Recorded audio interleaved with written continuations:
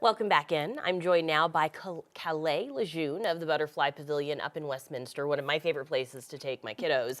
We are going to talk about this new exhibit in a second, but first, you always bring friends. So you have a friend, Suki, which I love that name. Of course. Tell us about Suki. Yep, Suki here is a black widow, and she is just one of the examples of some of the animals you'll get to meet in our new exhibit. So tell us about this. It's called Legacies Experience, right?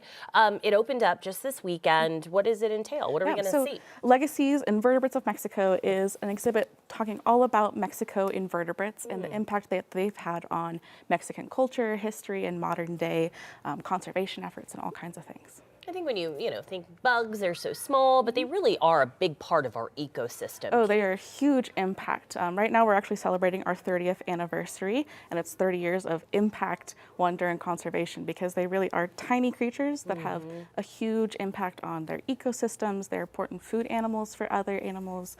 They are pollinators, and there's all kinds of things they do to support us and other creatures. Can you talk specifically about like the Mexican culture element to all this, because it's so interesting? Yeah, one of the big features, we talk a lot about monarchs, because monarchs are a really impactful butterfly that have influenced not just conservation and our sense of beauty, but they are really important to culture like Dia de los Muertos in Mexico. So they are a huge impact. There's no live monarchs in our exhibit, but there's a huge talk about what they've done and the impacts that they have and how we can help them since their populations are declining.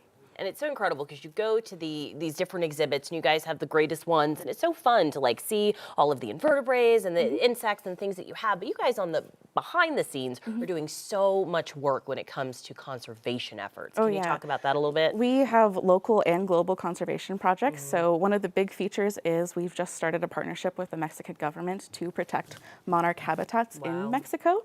So that's one of our big things we're talking about now, but close to home, we do all kinds of work with tarantulas, butterflies, dragonflies, all kinds of little critters. That is huge. So if you were to see Suki in the wild, could you see Suki in the wild? Where does Suki live? Yeah, so Suki, black widows are native to Colorado. You could see them.